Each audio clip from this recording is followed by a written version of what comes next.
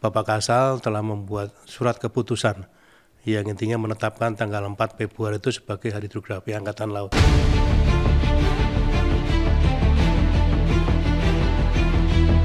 Karena hidrografi ini kita menyiapkan medan laut yang diperlukan oleh teman-teman kita untuk berperang.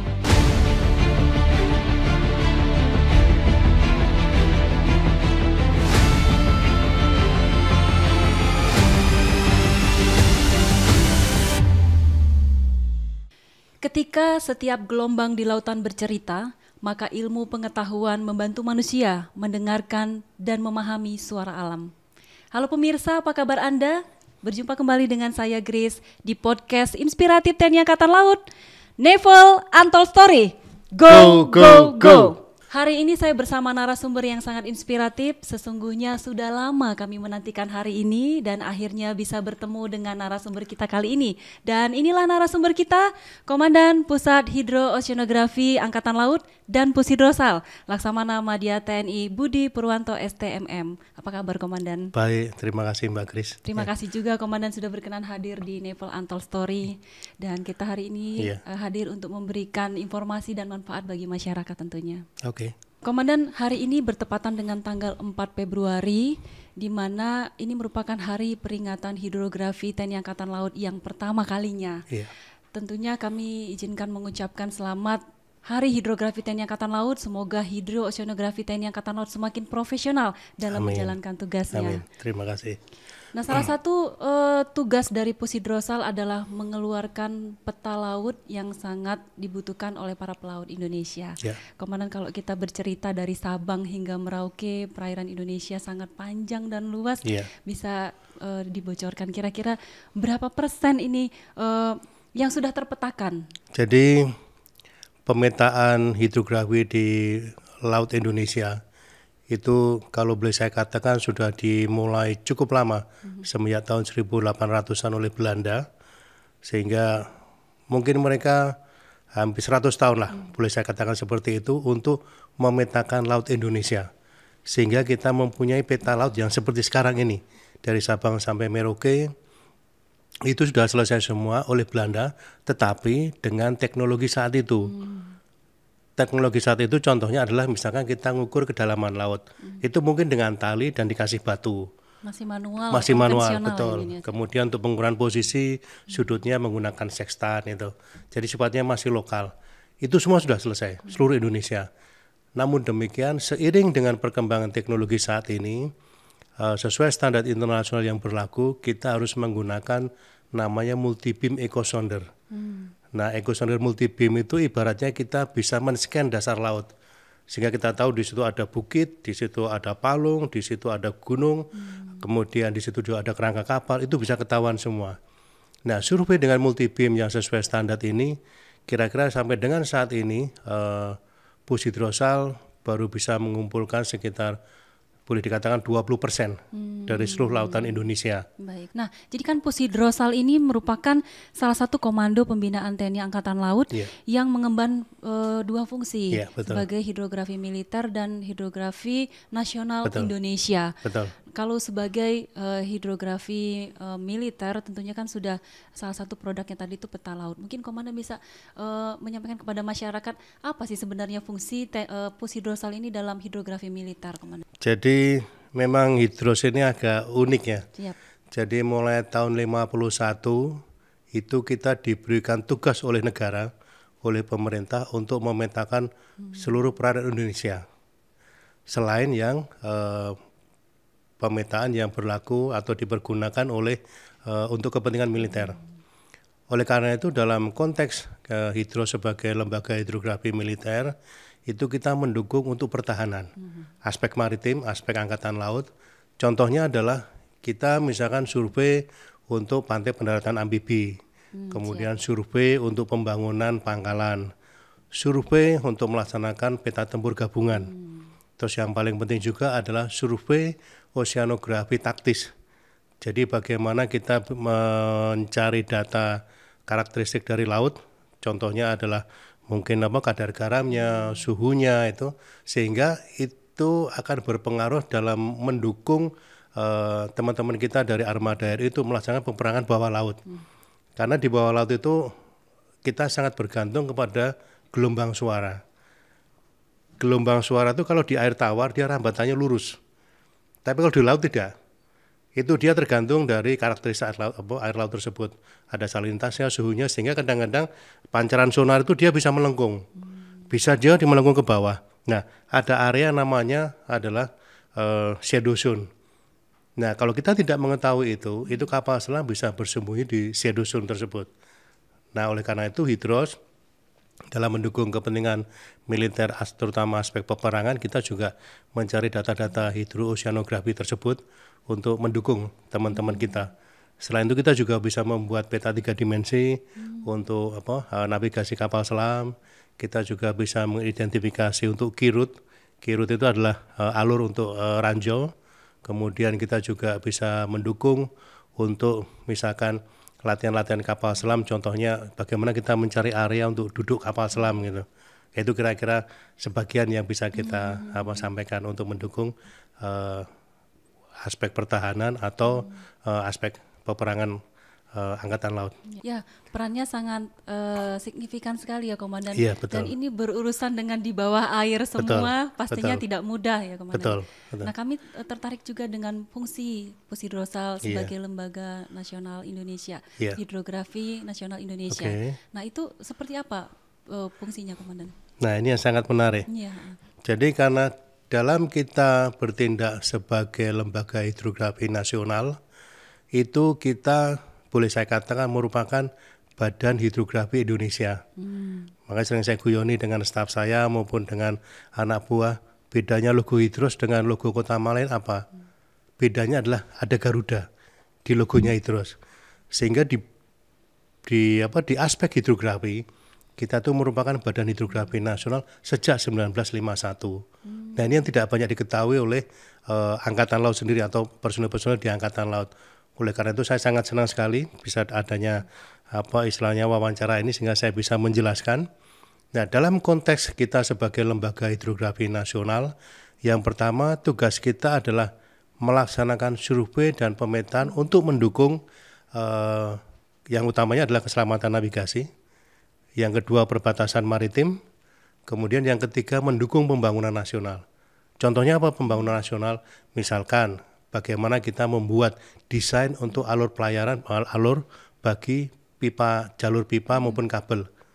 Ini sekarang sedang favorit dan ini merupakan istilahnya target dari pemerintah untuk bisa menuju ke sana. Itu kita membantu untuk mencarikan jalurnya.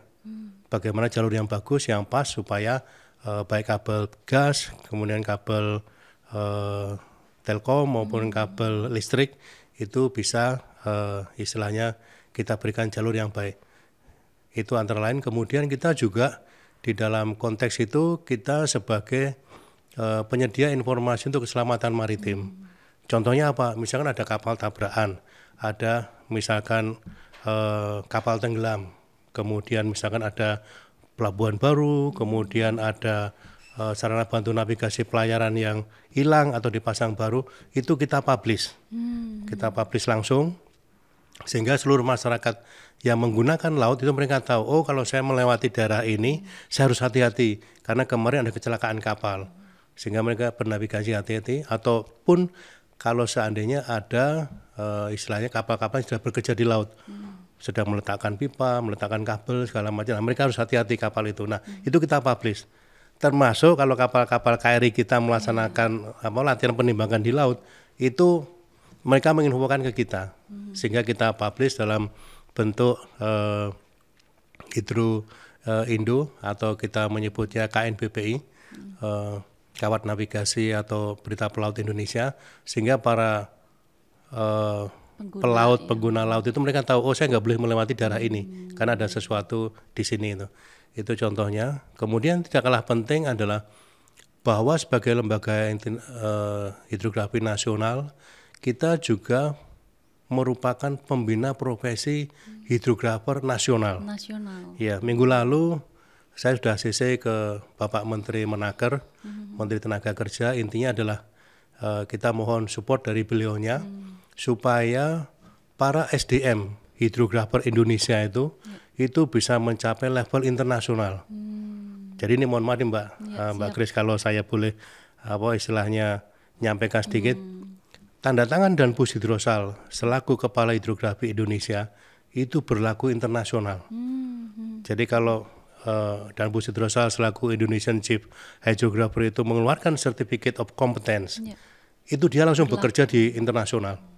Itu sampaikan kepada Menteri Tenaga Kerja, sehingga harapan saya selaku dan bus hidrosal itu Menaker bisa membantu kita supaya SDM kita itu bisa mencapai level tersebut. Nah itu nanti bisa kita lewatkan, ada lewat pendidikan, lewat kursus gitu, sehingga standar itu dipenuhi oleh para teman-teman kita, terutama yang swasta. Yang tidak kalah penting juga adalah kita bekerja sama dengan teman-teman dari lembaga pendidikan, dari universitas, untuk mereka tanda petik bekerja sama dengan kita untuk di bidang penelitian kelautan. Bagaimana kita berkolaborasi, contohnya adalah kita bekerja sama dengan ITB, kemudian dengan Stasiun Bosca, itu membuat namanya Almanak Nautika Indonesia, kita singkat ANI. Nah selama ini untuk Almanak Nautika Indonesia, Almanak Nautika ini, itu kita mengcopy dari punya Inggris, kemudian kita jual, nah nanti kita membayar royalti kepada mereka. Nah, karena di ITB ada Fakultas Astronomi, sehingga waktu itu kita sounding, ternyata mereka bisa. Oke, kalau gitu kita buat sendiri. Dan ternyata bisa, sehingga itu merupakan suatu kebanggaan bagi istilahnya putra-putra bangsa bahwa kita bisa membuat Almanak Nautika yang istilahnya bisa dipergunakan oleh para pelaut. Kemudian termasuk juga di satelit di batimetri 35 itu kita juga kerjasama juga dengan UI. Untuk istilahnya mengeksplor apa-apa yang dibutuhkan di hidros, karena saya berharap bahwa hidros itu bukan menjadi korban teknologi. Dalam artian kita hanya menggunakan softwarenya. Enggak, kalau putra-putra Indonesia bisa mengembangkan software itu, kenapa tidak kita wadahi dan kita buat itu. Kira-kira demikian. Ini menarik sekali ya Komandan. Jadi Pus Hidrosal di dalam melaksanakan tugasnya kan berdekatan dengan teknologi, dengan alutsista. Tentunya kan ini dilengkapi dengan yang mumpuni. Iya, betul. Mungkin Komandan bisa bercerita, tool apa yang digunakan Pus Hidrosal dalam melaksanakan tugasnya? Selain tadi software sudah dibocorkan. Gitu, Komandan. Secara umum itu kegiatan hidros dalam penelitian di laut atau dalam survei pemetaan, kita dari mulai pengambilan data, pengolahan data, kemudian pengumpulan data, terus kemudian juga setelah itu kita sajikan data tersebut dalam bentuk informasi hidrografi, salah satunya adalah peta laut Indonesia. Dalam mencari kedalaman di laut, kita sekarang ada cukup banyak alatnya, ada namanya side scan sonar, ada single beam echo sounder, cuma sekarang yang menjadi standar adalah multi beam echo sounder.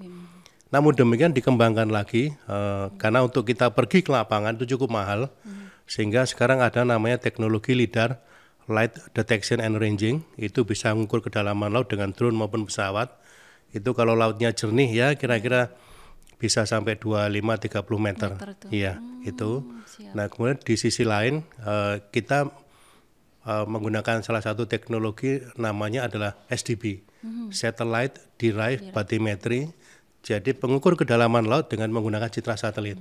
Memang kesalahannya kemarin kita lihat masih sekitar 10-15%, tapi SOG daripada di situ tidak ada data.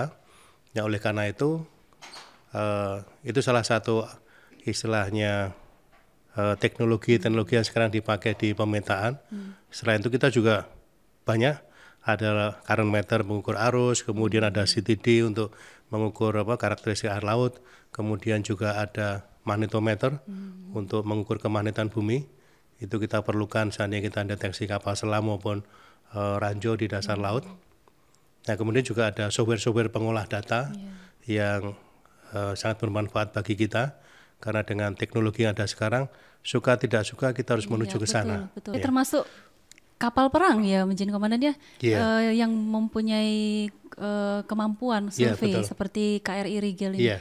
Kelihatannya ada cerita khusus nih KRI Rigel, mungkin bisa dibocorin Komandan. Ya, saya bersyukur bahwa di tahun 2014 sampai dengan 2015 saya ditunjuk oleh pemimpin Angkatan Laut untuk menjadi Dansatgas pengadaan kapal BAU di Prancis, tepatnya di kalangan Osea Sabdolong. Nah, ini kapal ini panjangnya adalah 60 meter. Kita punya dua, 934 kri Rigel dan 933 kri Rigel, 934 kri Spica.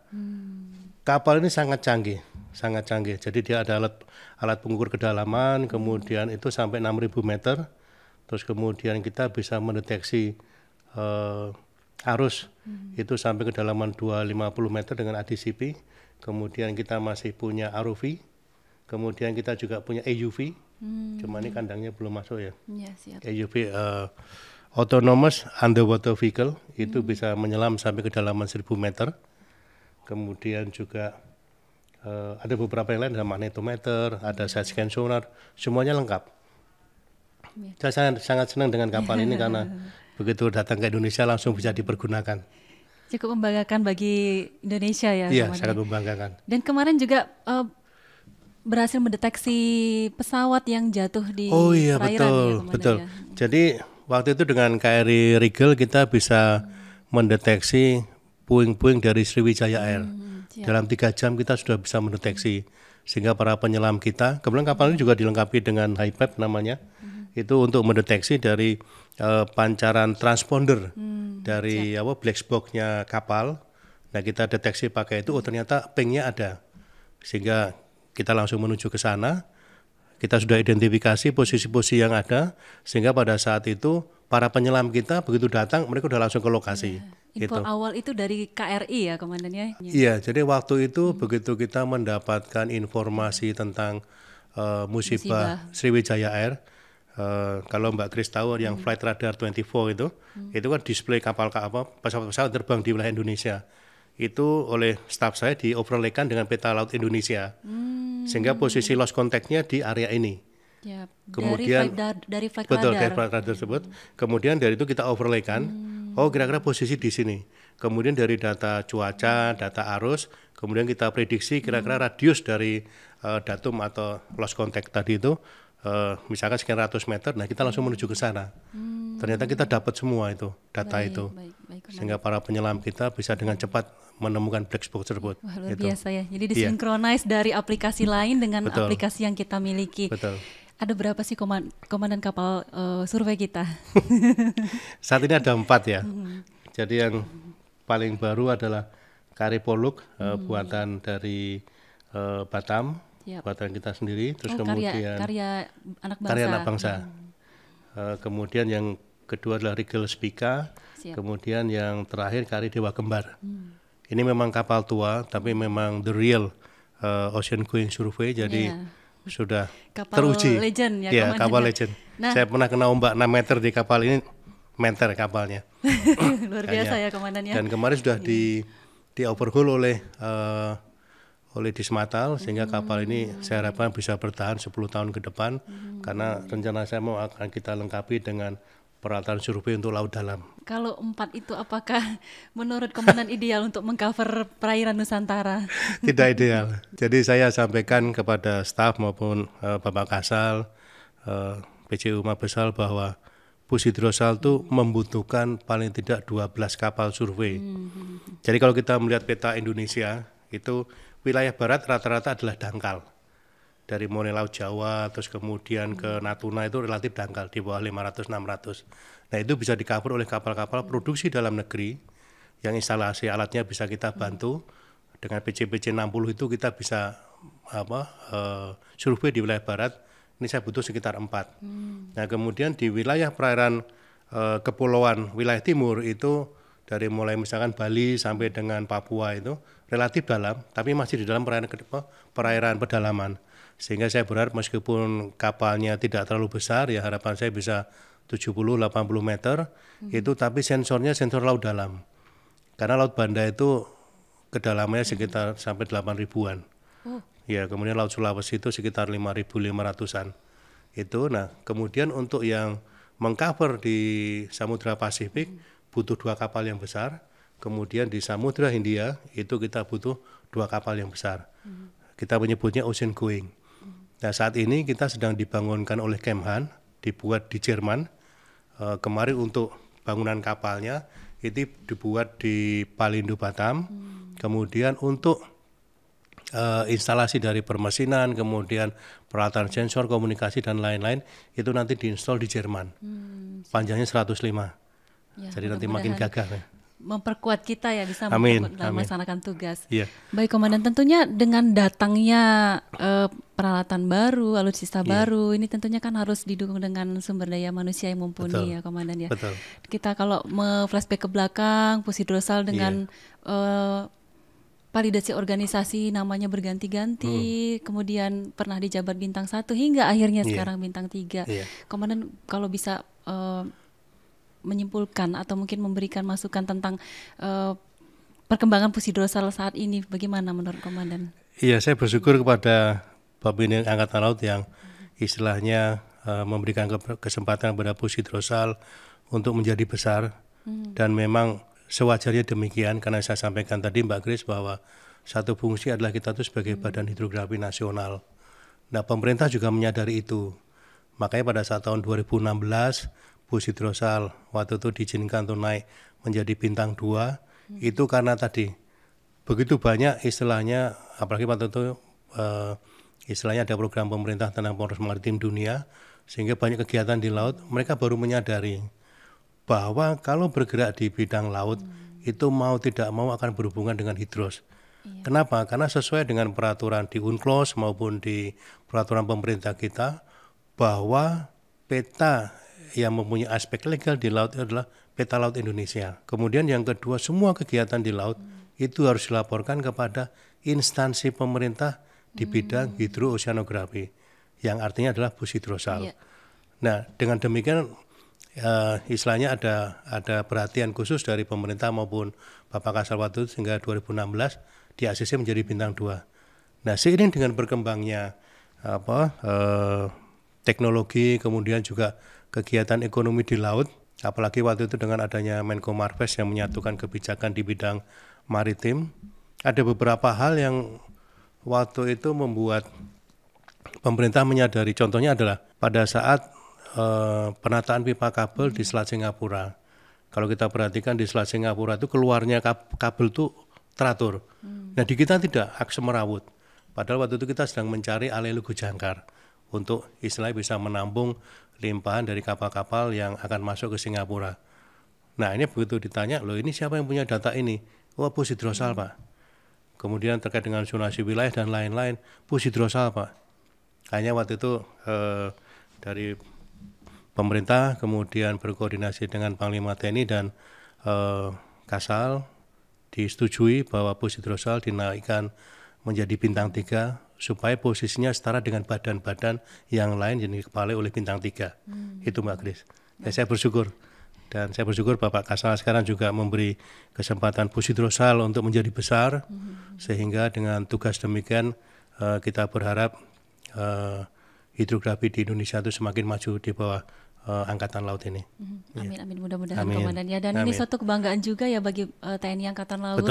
Betul Mbak Grace. Ada Kotama yang berstandarisasi nasional, di mana salah satu produk-produknya itu juga selain dimanfaatkan oleh pelaut nasional, juga kan dibutuhkan oleh pelaut-pelaut internasional yang melintas di perairan Nusantara. Nah, kaitannya dengan itu Komandan, Pusidrosal ini juga kan berhubungan atau berkaitan dengan beberapa organisasi hidrografi di tingkat internasional. Nah, mungkin Komandan bisa cerita apa saja itu peranan kita disetarakan di mata dunia ini. Cukup banyak ya. Jadi yang pertama terkait dengan Indonesia, Angkatan Laut Pusidrosal dalam hal ini sebagai Badan Hidrografi Nasional, itu kita sudah mewakili Indonesia mulai tahun 1951. Bukan mewakili Angkatan Laut, mewakili Indonesia sebagai kantor hidrografi tadi. Itu, jadi kita terlibat di IHO, dan di IHO ini kita bukan hanya sebagai anggota, tetapi kita adalah council. Salah satu anggota dewan, boleh dikatakan dewan tetap dari 10 itu, kita yang nomor 4. Artinya mereka menyadari bahwa perairan Indonesia, hidrografi Indonesia itu sangat penting bagi lalu lintas perdagangan lewat laut di dunia ini gitu. Itu di IHO. Jadi untuk council nanti akan istilahnya bersidang setahun sekali. Terus kemudian yang kedua, kita juga menjadi ketua di East Asia Hydrographic Commission atau Komisi Hidrografi Asia Tenggara. Ini biasanya untuk kepemimpinannya di rolling per 3 tahun. Saat ini Indonesia masih menjadi ketua sampai dengan nanti Oktober 2025. Kita akan nanti serahkan kepada Cina sekarang yang sementara ini menjadi wakil kita. Akhir Februari saya akan ke Hangzhou, Cina untuk memimpin rapat EHC ini. Kemudian berikutnya kita juga menjadi anggota di Indian Ocean Hydrographic Commission. Jadi Komisi Hidrografi di Samudra India bagian utara. Kita ada India, ada Bangladesh, ada Pakistan, gitu. Arab Saudi juga masuk ke sana. Terus kemudian kita menjadi namanya associate member. Itu di Southwest Pacific Hydrographic Commission. Itu di Komisi Hidrografi di Pasifik Barat Daya. Banyak sekali ya. Banyak sekali. Itu masih nanti ada anggota IOC, terus kita juga menjadi working group dari beberapa ada peta laut, ada Hydrographic Survey Working Group dan lain-lain. Dan juga SCUFEN. SCUFEN itu adalah Subcommittee Undersea Future Name. Itu di bawah IHO. Dan kita menempatkan satu perwira kita sebagai asesor atau tenaga ahli di sana, yaitu Kolonel Oke. Dan mereka sangat welcome dengan kita. Jadi untuk menilai kalau seandainya ada fitur bawah laut seperti palung, ada gunung, ada bukit, itu menamainya bagaimana, itu termasuk SCUFEN ini yang menilai. Itu. Jadi kita menjadi member dari salah satu tenaga ahli di sana itu. Dan ini kan multifungsi, multiperannya Pushidrosal, baik militer maupun nasional, bahkan di internasional. Tentunya ini kan menjadi tugas berat untuk komandan untuk memanage personil yang banyak ini agar memiliki kualitas yang tetap dipertahankan sehingga menjadi institusi satu-satunya, badan satu-satunya yang dipercaya ternyata tidak hanya di tingkat nasional maupun internasional. Komandan itu bagaimana cara membina personil? Ya saya jelaskan tadi bahwa kita itu untuk core bisnisnya adalah di profesi hidrografi. Di situ ada ilmu geodesi, di situ ada ilmu oceanografi, ada ilmu hidrografi, ada ilmu geografi, kemudian juga ada ilmu kartografi atau pemetaan. Nah oleh karena itu tahap pertama yang saya ibaratnya tekankan supaya para perwira hidros itu mempunyai kemampuan di profesi tersebut. Makanya kita punya pendidikan Pusdikidros. Itu bersertifikat Cat B internasional. Tahun ini kita akan menerima 5 pasis dari mancanegara untuk disekolahkan di Pusdikidros. Kemudian yang kedua, pada saat perekrutmen PAPK, itu kita minta jurusan-jurusan yang memang buat mendukung kita. Jurusan berat semua itu. Betul, jadi seperti contoh tahun lalu, karena kita sedang kerjasama dengan untuk membuat ANI tadi, kita merekrut perwira dari ITB, lulusan dari sarjana astronomi untuk membidangi itu, sehingga terjalin interaksi yang bagus dengan Fakultas Astronomi ITB. Kemudian yang lain juga demikian. Jadi kita rekrut para PAPK ini sesuai dengan kualifikasi yang kita inginkan. Selain itu, kita juga terkait dengan keselamatan pelayaran, kita juga memerlukan perwira-perwira dari Akademi Pelayaran. Seperti dari AIP Semarang, STIP, segala macam itu untuk membackup ilmu-ilmu yang terkait dengan pelayaran. Secara pribadi saya sangat senang dengan komposisi perwira hidros itu dari sumber-sumber yang ada, sehingga ini bisa membuat networking keluar maupun ke dalam itu lebih bagus, sehingga harapan saya bisa meningkatkan SDM-nya Pushidrosal. Selain itu saya juga men-trigger bagi para perwira yang sudah mengambil S1 itu supaya bisa mengambil S2. Karena tadi sering saya sampaikan seperti ini, kalau kita sebagai Kotama, kita menjalankan kebijakan dari Mabesal. Tetapi begitu kita sebagai badan hidrografi, kita membuat kebijakan. Nah untuk membuat kebijakan, kita harus memiliki orang-orang yang mempunyai kemampuan. Jangan sampai kalah dengan dokter-dokter dari luar segala macam. Nah sehingga saya trigger mereka untuk mereka sekolah. Minimal S2, kemudian S3 sesuai dengan profesi. Sehingga pada saat kita menjelaskan sesuatu, karena apa yang tercantum di peta laut itu ada legal aspek, sehingga semua angka yang ada di situ bisa dipertanggungjawabkan. Kenapa angkanya sekian? Bagaimana cara mendapatkannya? Terus kemudian kenapa pasang surutnya seperti ini? Bagaimana menjelaskan seperti itu? Nah, perwira hidros harus mampu menjelaskan itu. Sehingga saya berharap Kemarin saya sampaikan kepada staf kalau bisa minimal setahun itu ada 2 yang masuk master, kemudian 2 yang masuk doktor. Memang tidak semuanya punya passion ke sana, tetapi saya men-trigger kepada mereka supaya mereka concern karena begitu masuk ke Hidros itu kita punya tanggung jawab yang sangat besar, baik kepada TNI AL maupun kepada negara. Dari penjelasan komandan ini saya berpikir ini hampir seluruh bidang kerja kementerian itu membutuhkan pushidrosal tentunya ya komandan, seperti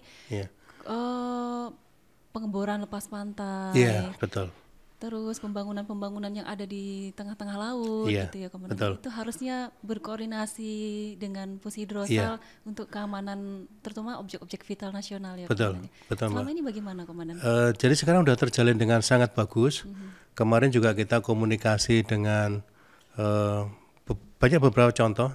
Contoh kemarin dari Dirjen ESDM, jadi mengeluarkan suatu keputusan bahwa setiap offshore itu baru boleh beroperasi apabila koordinat dari pipanya itu sudah dilaporkan ke Hidros dan dipetakan di peta Hidros.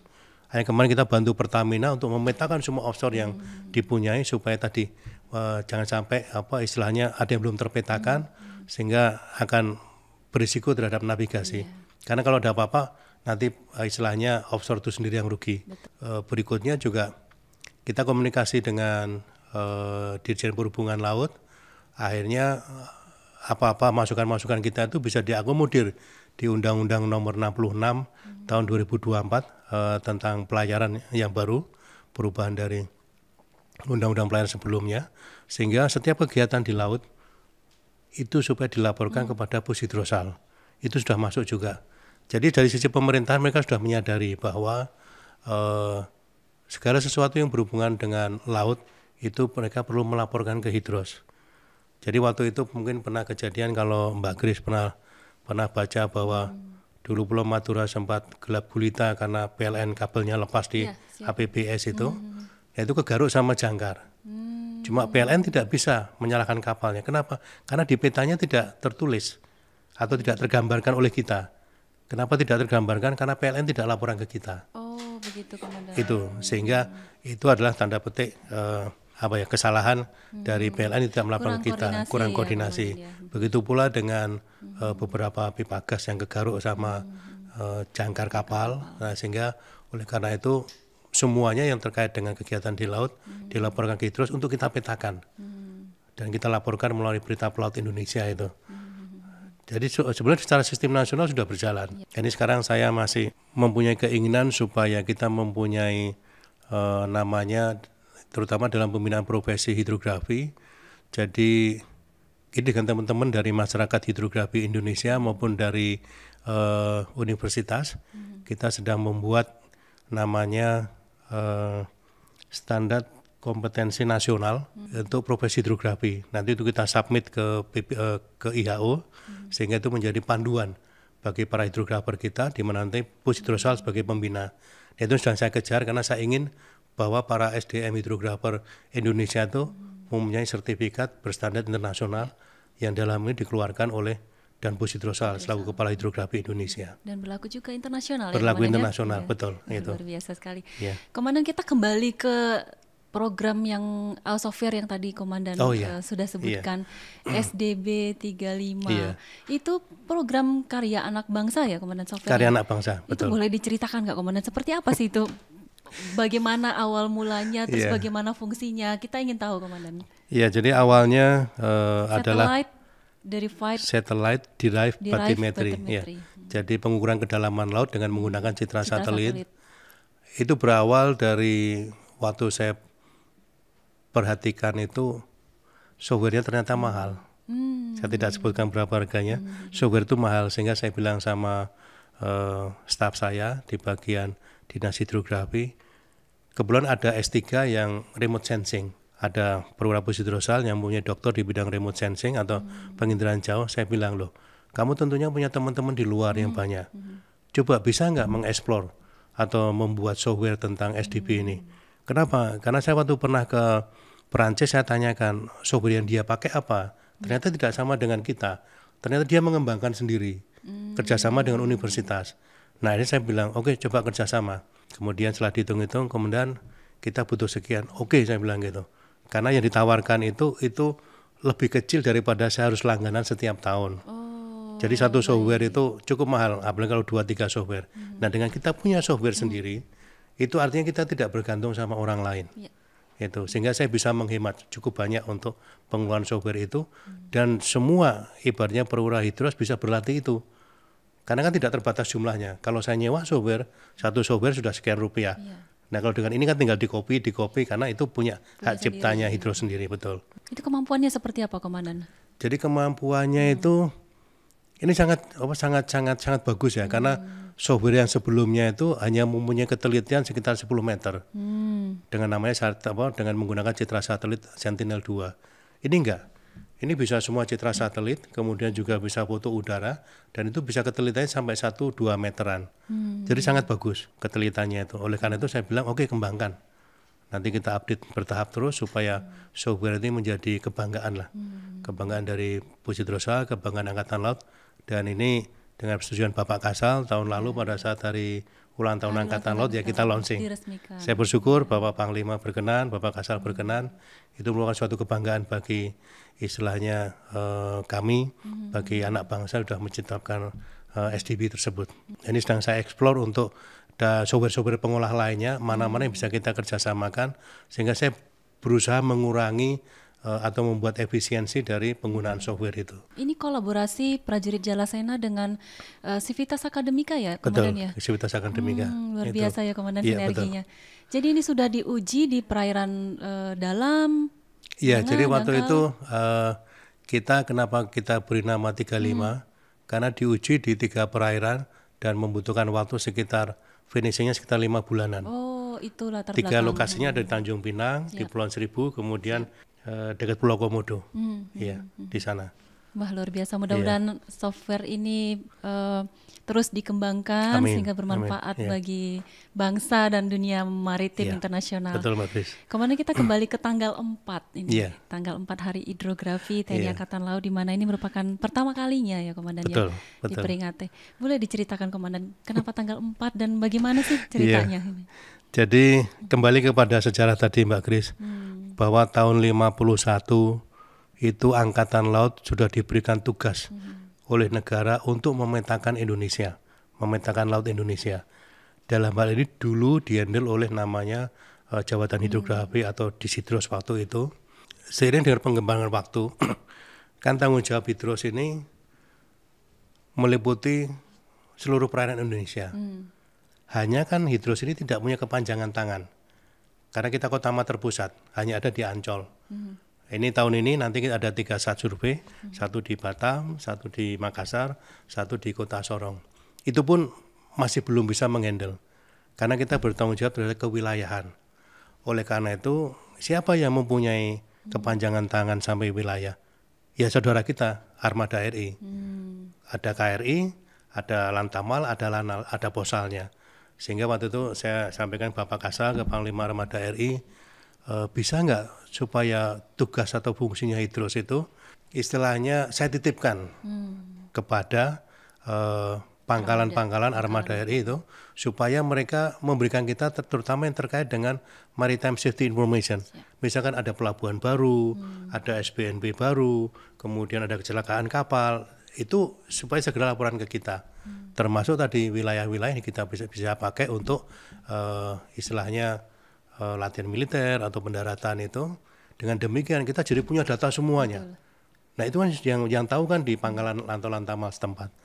Oleh karena itu saya membuat surat Bapak Kasal, tembusan Panglima Armada, mohon diizinkan untuk mereka kita berikan tambahan tugas. Nah, kenapa? Karena hidrografi ini bukan hanya tanggung jawab Pusidrosal, tapi tanggung jawabnya TNI AL. Itu. Nah, oleh karena itu salah satu yang waktu itu kita sampaikan bahwa mohon kita membuat kajian Bapak Kasal.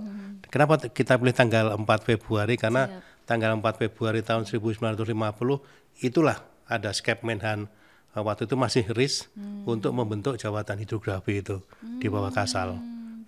Itu lahirnya betul. Meskipun sebelumnya dari zaman Belanda sudah ada. Tetapi gongnya mulai tahun 50 itu. Nah dari Bapak setuju, Panglima Armada juga setuju. Kira-kira mungkin 2-3 minggu lalu kita sudah memberikan namanya BIMTEK, bimbingan teknis kepada seluruh KRI maupun Lantamal Lanal, termasuk Kolonel juga, penerbang juga, marinir juga. Apa sih yang kita inginkan dari mereka? Siap. Kalau untuk survei dan pemetaannya, iya itu harus belajar dulu tentang ilmu hidrografi, karena ilmunya beda. Nah, tetapi untuk informasi maritim, informasi kewilayahan maritim, itu istilahnya bisa kita handle ke teman-teman kita di pangkalan maupun di armada. Kenapa demikian?